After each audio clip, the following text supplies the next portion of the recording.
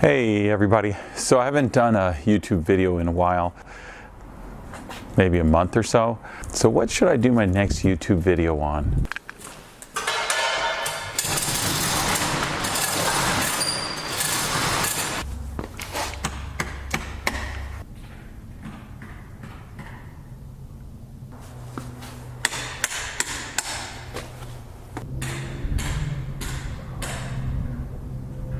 Yeah.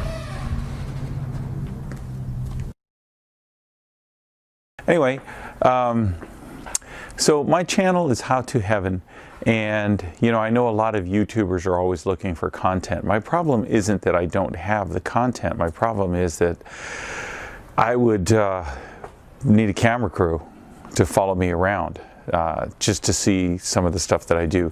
So you guys get a small snippet of how-to videos, but in actuality, I'm a lot busier than what you see on the videos. So I'm going to show you around some of the projects that I'm doing right now, and then I'm going to ask for comments to see if you guys want to see some of these how-to projects in video form. So let me just show you some of the things that I'm doing, and then if you could comment and tell me what kind of videos you'd like to see me make, because what I've been doing is just randomly picking and choosing what is easy to film and relatively easy to do. But I'm going to show you. Okay, let's go.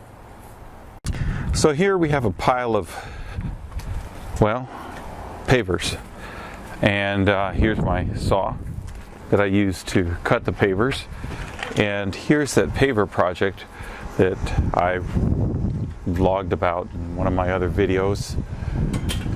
Kind of a rant, but you can see that I've been busy working on these pavers. The other thing that you can see right here, this is my mezzanine project, and that over there is going to be my transmission jack project, and I think I may have mentioned that in a video prior to this, that I picked that up at an auction. I tried to donate it to MDA, but they didn't want it. Said it was missing some parts, so they didn't even want it for parts. I guess it's a political thing. It's probably easier to get insurance to pay for one of those than it would be to get a used one and fix it. Anyway, so those are some of my projects. It's going to be another project of mine right there, little file cabinet. So let's go into the garage and let's see what we got here. All right, so still working on that second story mezzanine. That's what this is right here, and that's going to go up here. So that's a project of mine that I guess I could do. And so let me show you. I did a video sort of on the floor covering and how I sprayed it. Let me show you my bathroom. I don't think I've ever showed this on the video. So this is my garage bathroom right here. And I did everything you see. So the tile work here on the floor, I built this partition wall. Basically, it was just two walls. When the framer was done, he did this wall and he did this wall. This I completed as part of the pocket door project. So I put this pocket door in. It's got soft close hinges, or just soft close hinges. It's a mechanism for the pocket door. So that is the pocket door in my bathroom.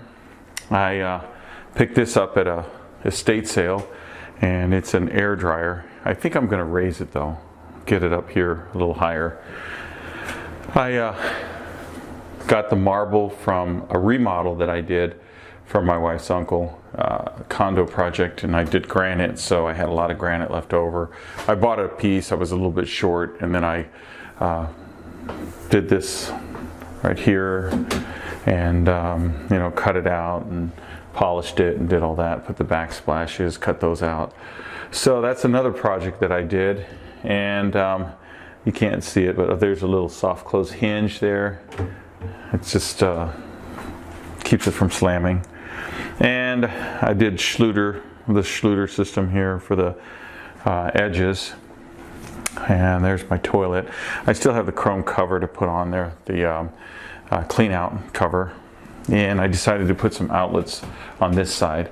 It's a mistake that I made. I put all my outlets upside down. There's really no right side up or upside down according to the code, but I did it this way because I wanted people to think about which way they were plugging the devices in, because I have 210, I have 220, 20 amp, 30 amp, and 110. But in all actuality, you can't plug in a 30 amp or a I'll show you what I'm talking about. You can't plug in a 20 amp 220 into a, right here. This is what we got. That's a 20 amp 110. And then this is a 20 amp 220. And because of the way the plugs are configured, you couldn't do it anyway. It's a totally different plug. And then I've got my welder here. So I'm going to go ahead and switch all those around. They're just backwards. So getting back to the bathroom, I built this little pony wall here. I wanted some privacy, but because this is a garage and I can envision someday when you're using the restroom, you're actually standing up, you're still blocked from everybody else if you happen to leave the door open. Now here's my tub. I got this tub for free. A neighbor was moving in and had their house remodeled. They were handicapped, so they didn't want a tub, they wanted a shower, and the contractor was throwing this out. So I got a garden tub, and that's the reason why, because people ask me, why do you have a garden tub in your garage bathroom? Because it was free. So I've got this tile here that I did for the surround, for the shower, and then I went to a business closeout where I picked up all of this tile. Every bit of tile you see in this bathroom was $260 total, including all of these pencils there. And then I cut those out. Those are 2-inch squares. That was actually just this. I just cut them into 2-inch squares, and that's how I put them in. And I haven't even gotten around to wiping the haze off yet. But you've got your shower here, and let's see, I've got my, there's my bathroom window. And I actually haven't even cleaned up some of the drywall that's on the window, so it's still kind of dirty in there. But that's my bathroom. I picked up this nice cabinet. I got that at a demolition. It was up in Scottsdale, Arizona. Picked that up for $17.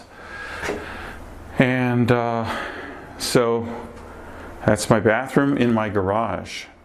And I've got lights everywhere. So I've got lights in the shower.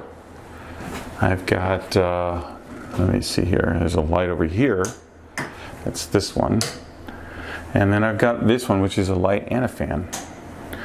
And so that's my bathroom in my garage.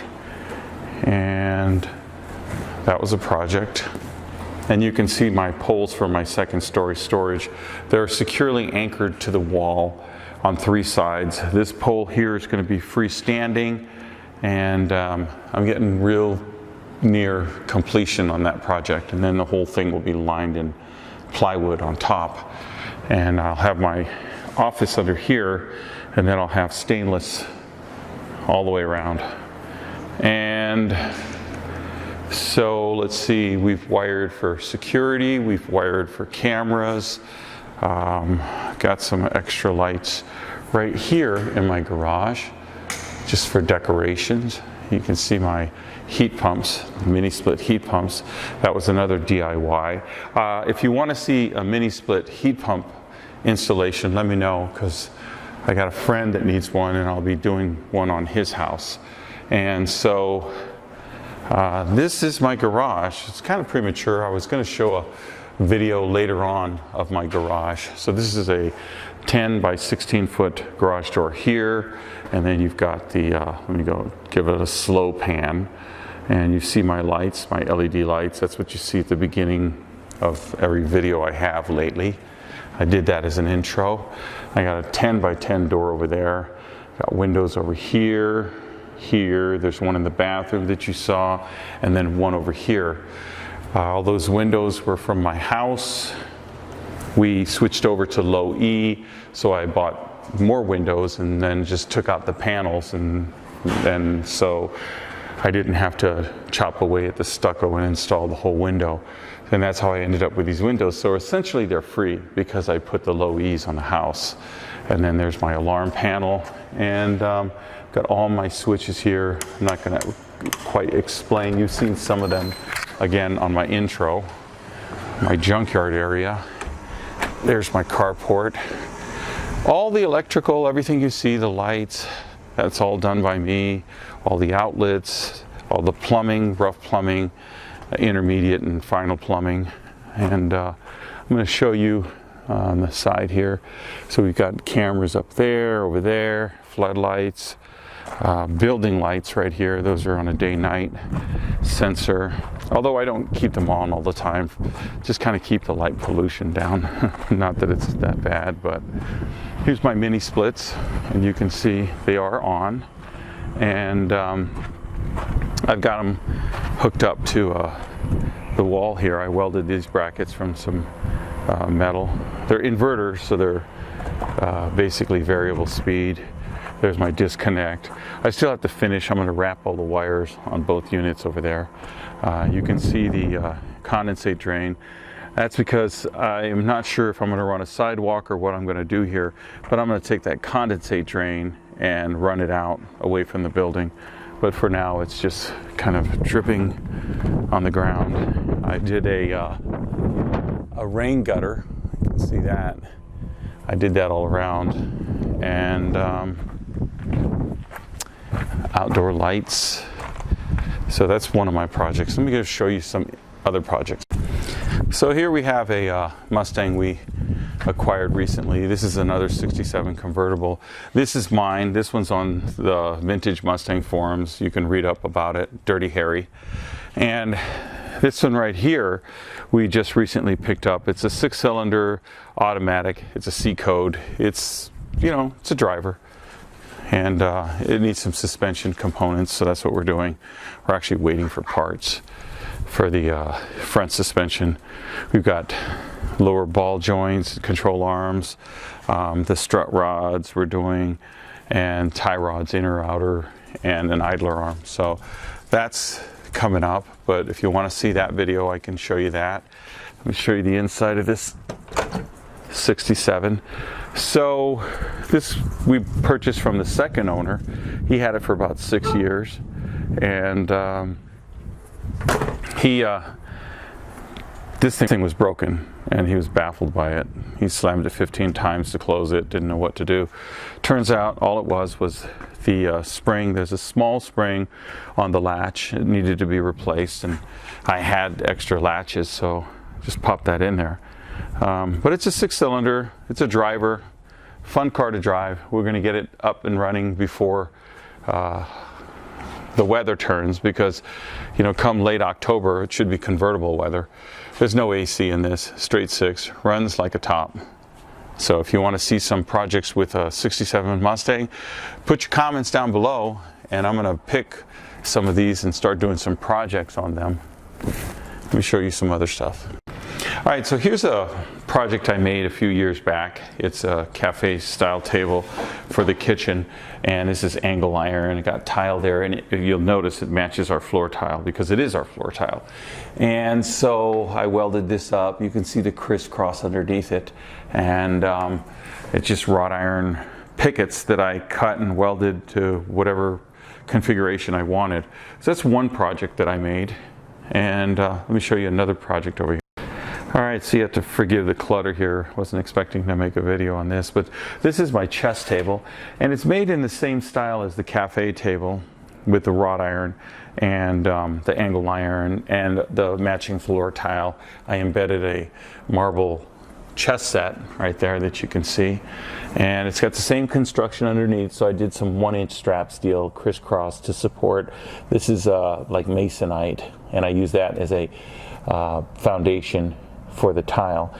And I actually used liquid nails and glued the tile by liquid nails. And then you can see how I cut the pickets here, and I just kind of configured them, and I'll show you right there, just in a random configuration, just something decorative. And we use it as a book, I guess, shelf. You can kind of a coffee table type setup right there. Oh, Pirates of the Caribbean pistol. And so that was another project. And then out here you can see one of my larger projects. That's my pool. I'll take you outside here in a sec. All right, so here's my backyard and my pool, and I'll show you a little bit of some of the projects I've done out here. So all the tile work, you'll see it's pretty unique. I cut the shadows from scratch. Hey, look, we got a scorpion at the bottom of our pool. If you can see that guy right there. But yeah, we got ourselves scorpions, rattlesnakes, you name it. So when I did the pool, I did all the tile work, I did all the plumbing, all the electric, I designed it, gas, computers, fiber optic lights, and you can see some of the coral reef, and I've got seahorses. Oh, looks like we've got ourselves a dead rat. Oh my goodness, I'm gonna have to skim the pool. And we've got tile everywhere that we did, and there it is. I think if I were to do it all over again, I wouldn't use the perimeter fiber optic. It's just not durable. It gets dull, and now you can barely see it. I think I would just go with the LED fiber optic lights that go in the niches. I've got fiber optic niche over there. There's actually one right here, and then there's one in the jacuzzi. I did all the brickwork that you see, everything you see here, all the tile. Did this rock waterfall feature. We get fine sand here, and it's really hard because the filter won't filter it out, so you got to keep backwashing. But that's why it's so dirty. It was just cleaned a couple days ago. It just comes right back out. And there's that scorpion again. I don't know if you can see that. And so you can see that there's tile features everywhere. I mean, all over this pool. I've got sand dollars and starfish and all kinds of other fish and turtles and shadows. And same thing here in the jacuzzi. Got the turtle down there and the starfish. One of the things that I did was I put in these PVC pipes right there with a cap on them, and those are actually umbrella poles. And the way I did it was I made there's a female part, and then there's this male part here. Hasn't been unscrewed in a while, but you can basically screw that in if you want. If you don't, you can unscrew it, and then it's flush, so it's not a trip hazard. When you put your umbrella in there, what I did was I drilled a hole here and here, and then I just use a little what is it, a clevis or whatever you call that. So see, we have one feature over here too, so we could move the umbrella to this side for in the morning. We don't use this one as often as the other one, and I'll show you what I use. Is it's a hitch pin like this, and it's spring loaded, so you can take that off, thread it right through the umbrella, and then that will keep it from being pulled out in a wind. And then we usually keep them with the umbrellas down when we're not using them, because what ends up happening is the wind will just pull it right out, and it'll just go sailing right over the fence. Speaking of the fence, that's another one of my projects. That took me a couple of weeks. Bought the metal, designed it, welded it all up. I made a couple fixtures and a bender just to be able to make this fence. And you can see it bolts there. Each of these posts right here, it bolts to each post. So every section of this fence can be removed, and has been removed at different times to repaint it. And it's due for a repaint. So you can see how I put, and what I did was I didn't weld nuts, and I didn't thread that. I used T-nuts, and if you don't know what that is, they use it for upholstery a lot, for plywood. They'll drill a hole, put a T-nut in, it's got 3 little prongs on it, and it becomes a threaded point. And what I did was I just drilled a hole into the wrought iron and took the prongs off the T-nut, and then just tack welded the T-nut in from both sides, so I could put a bolt in there. And so that's how that works. And as you can see, I've got lights built in, and I also have a camera built into that one, and so there's lights everywhere wired up inside of there. And I went around the rocks right there, just kind of a decorative feature, but I wanted it to go around those rocks that I had. So looks like we could use a backyard cleanup, and I'm gonna have to paint that soon. So that's my pool. And you can see the curve right there in the fence, and there's a curve right here, and as you come over here, this is curved that way. Well, that was a whole new project. I had to make the metal bender in order to bend the wrought iron to get it to do these curves right there, and I'll show you that sometime. So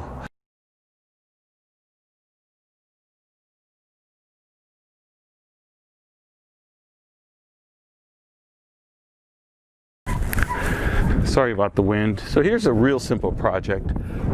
This right here, this pole has 2 lights on it mounted, and those are low voltage LED lights, and I have a switch right here that I can turn them on and off, but I never turn them off. I let the timer do the rest. And I've got 2 barbecue pits right here, and so at night the lights come on and I'm not barbecuing in the dark. And that's basically the idea behind that light right there. It's overhead, it illuminates the barbecue pit, and so that was another one of my projects. So I got these internal, you can see some stucco patches. We're getting ready to paint that as well. And so you know, just general painting, that'll be another project. So those are just some of the projects I've done. I've done everything from, like I say, sewing, you know, tile work, concrete, you name it. And you know, if you want to see something, put it in the comments and I'll try to make a video, because like I said, up until this point it's just me selecting whatever was easy and didn't take a lot of time, even though a 15-minute video takes 4 hours of editing. You know, I've been doing those.